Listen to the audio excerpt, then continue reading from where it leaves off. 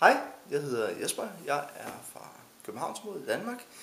Jeg kommer hos Son Soler hos Karma Raviera i hvert fald 1 til 2 gange om året og siger hej. En af de ting, jeg elsker allermest ved Son Soler, udover dejlig vin og blomsterhonning, det er den varme og nærværende følelse, der er deroppe. Det er ikke at træde ind i en virksomhed, du træder ind i den her personlige sfære, og det gør det altså bare det mere interessant og spændende at være der.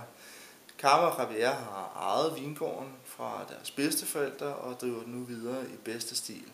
Det er en meget lille produktion, de har.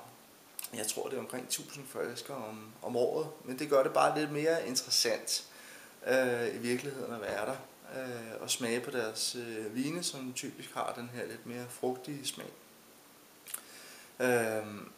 Man får altid en dejlig tur, og man får altid meget god information omkring, hvad det er for et år, det bliver, sådan vinmæssigt, særligt for Mallorca-egnen, som jo stadigvæk er nyt, kan man sige, på vinmarkedet, men i høj grad blomstrer og på vej opad, og der eksperimenteres rigtig, rigtig meget, blandt andet også på Son Soler.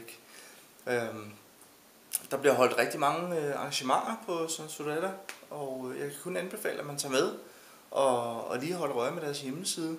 Der holdes mange foredrag, der holdes mange intimkoncerter, madsmagninger og vinsmagninger selvfølgelig. Der er mange, der vælger at holde deres bryllup eller andre ceremonier på Son Soler.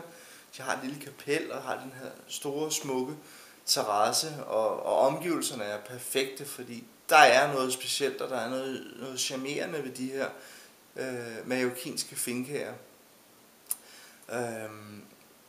Og så igen det her med, at man altid lige kan svinge forbi.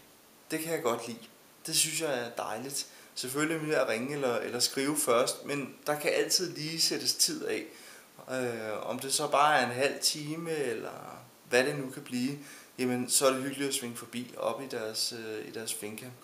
Så jeg kan kun anbefale, at du lige prøver det af, og i hvert fald lige kigger ind på deres hjemmeside, sonsoler.com, og lige ser, hvad der rører sig, og du skal, uanset hvad, så skal du have arrangeret en rundtur på gården, fordi det er virkelig interessant at høre om måden at producere vin på Mallorca, og hvad der egentlig gør forskellen, og hvordan man frembringer de her specielle smagsvarianter, som de kan. Så gør dig selv en tjeneste, og få en anderledes oplevelse på Mallorca. Det skader ikke nogen. Så rigtig god tur og god ferie. Hej hej.